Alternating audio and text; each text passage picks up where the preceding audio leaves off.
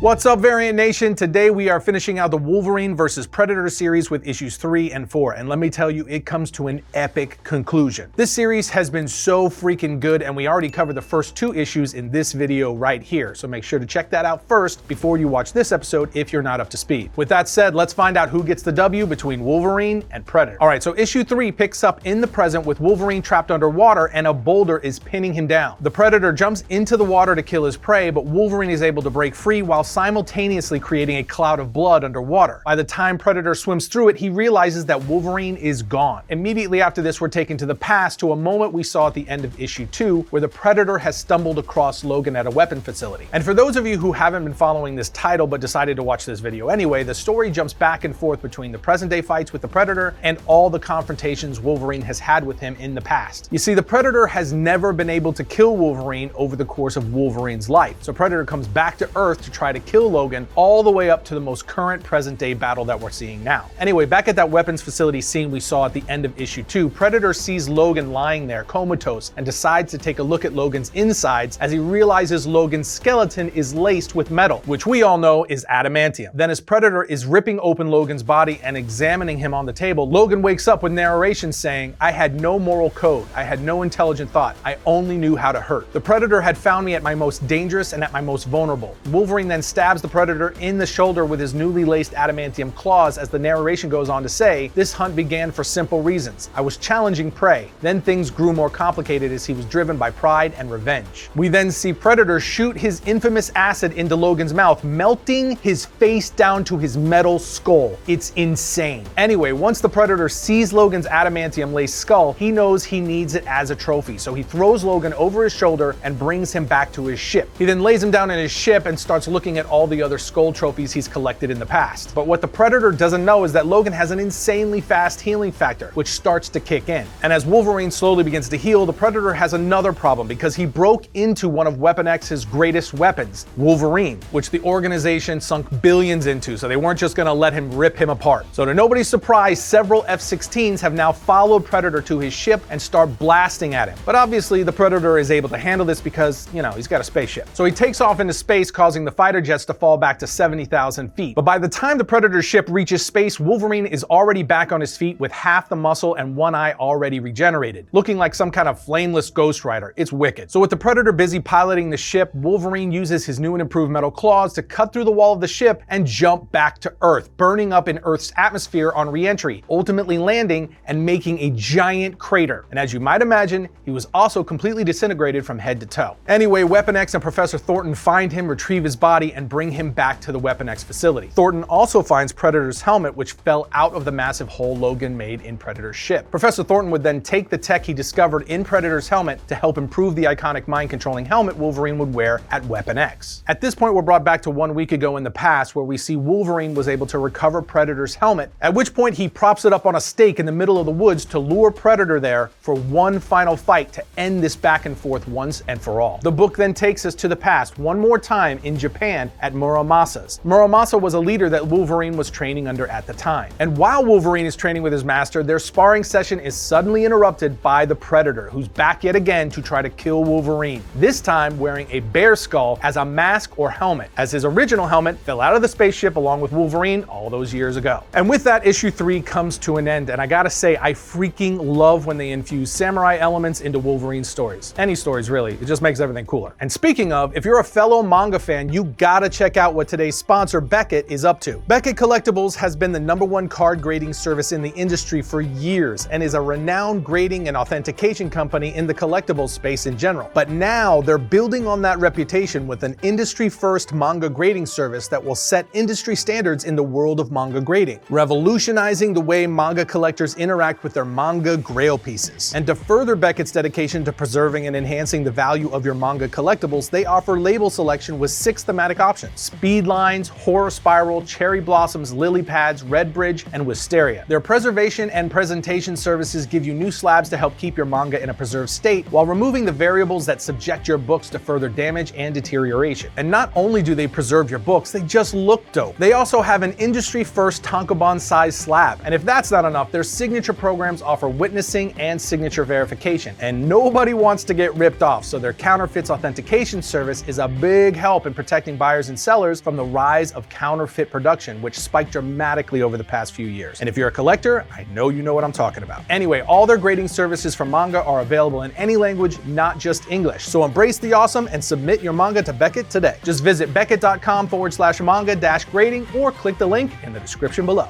All right, moving on to issue 4, we begin in the present day, and Wolverine has been waiting in the woods for a week trying to lure Predator to him using Predator's helmet as bait. Eventually, Predator takes the bait, arriving in our atmosphere looking to get his helmet back. We then see narration from Logan saying, "Of course, he knew it was an ambush. I was counting on that. I set up an obvious rudimentary trap, just enough to give him some sense of danger and confidence in avoiding it." Then when the Predator shows up, Wolverine jumps out of hiding, leaping towards him saying, "I needed to get hit. I needed my blood on the ground." Because once he got a taste of it, and once he got a hold of that helmet, he'd think he'd already won. At this point, Wolverine takes a blast from Predator's shoulder cannon, which completely takes off Wolverine's right shoulder. Wolverine continues narrating saying, "Suppose I could have rigged the helmet, poisoned the air filter, nestled it with a bomb, but over and over again, technology has been his failing. He surrounded himself with it, just like he surrounded himself with trophies, like a boast of compensation or something. To feel right about taking him down, I needed to prove that I was deadlier than the death he wore." And as he's saying this, we see Predator take off the bear skull he was wearing as a helmet and reclaim his original one. We are then taken back to Japan where issue 3 left off, as Wolverine's master says, "This is not my enemy. If I help you,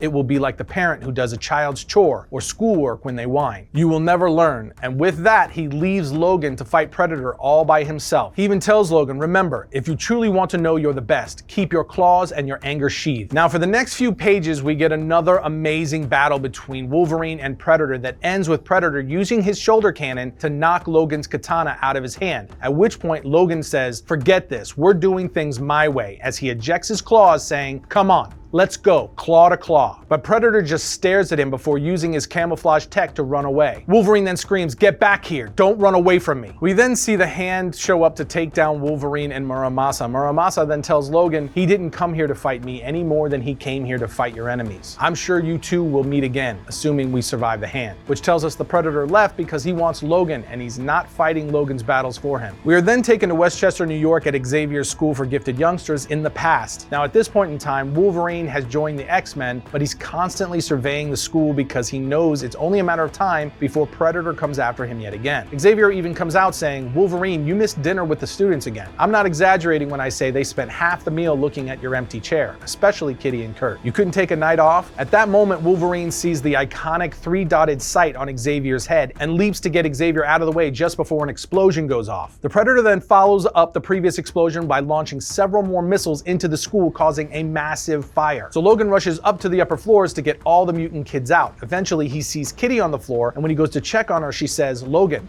look out," as we see the Predator is right behind him and uses one of his weapons to electrocute Wolverine. However, luckily for Logan, Nightcrawler shows up to teleport him out of there. Wolverine says, "Elf, stay out of this. That goes for all of you. Keep away from me." But Nightcrawler responds, "You don't have to do this alone." To which Wolverine says, "I don't want your help, Nightcrawler. That just proves what I always knew. I shouldn't be here." Wolverine then hears Rogue from down the hall, so of course he runs down there only to see Predator holding her at knife point. She says, "If I can take off my gloves, I can touch him." Wolverine says no, as he gives himself up to the Predator, letting him restrain him and take him away as long as he leaves everyone else alone. So as the Predator thinks he's escorting Wolverine to his ship, we see the actual Wolverine running up behind him saying, "You sure you got the right guy?" As we learn, this was actually a trick, and it was the shapeshifter Donnie disguised as Wolverine. Nightcrawler then teleports in behind Predator, pulling out the gauges in his helmet, causing smoke to go off as more X-Men arrive for backup, which ultimately causes Predator to flee. Then we jump back to the present day where we return to the final showdown between the two in Canada. Wolverine eventually surprise attacks Predator, jumping on his shoulders, stabbing him through the back with both sets of claws, at which point Predator electrocutes Wolverine with a few thousand volts. But as the two get up, the Predator whips out a ceremonial dagger before Wolverine and Predator charge each other, impaling one another. It's just all kinds of dirty. Now at this point, Wolverine thinks it's done. He's finally defeated the Predator. However, the Predator had one last bomb on his arm gauntlet. As Wolverine narrates, "I didn't recognize the numbers, but I knew a countdown when I saw one." He was going to get that trophy even if he claimed it in his grave. But here's the thing about desire. Once you get what you want, you realize that wanting was the real pleasure. So in those final bloody seconds when the hunt finally ended, I hope he felt the century of disappointment slammed into his heart. After the explosion, we see Wolverine's narration continues saying, "Not sure how many days passed, but when I finally pulled myself out of that smoking crater, I felt like a lit cigar crushed out in an ashtray. There was an emptiness inside of me. It took me a while to realize where it came from. I missed having him out there. Nothing makes you feel more alive than a gun pressed to your temple or the cold lick of a knife at your neck. So I was going to be a little deader every day I lived without him coming for me. At least he left me a dangerous trophy. I see my reflection in his blade. I'll remember its keen edge every day of my life." And with that, the issue and the story come to an end. So Wolverine ultimately pulled out the win and defeated the Predator because he's got one thing that the Predator does not have, and that's one of the best healing factors in all of comics. And when I say he's got a great healing factor, we saw several instances of that throughout this story. First, where the Predator basically melted the flesh off his entire body only for it to grow back, and now to survive this explosion where undoubtedly he was completely obliterated. All in all, this was a dope story and a fantastic read. Super short and fun, only 4 issues, and every issue was action-packed with great story as well. We really loved how Benjamin Percy was able to establish that Wolverine and Predator had been fighting each other for decades, and then even tied that into pivotal moments in Wolverine's past, going as far as to tell us that the Weapon X helmet that was used on Wolverine was only made possible because Professor Thornton was experimenting with Predator's helmet. Anyway, this is an A+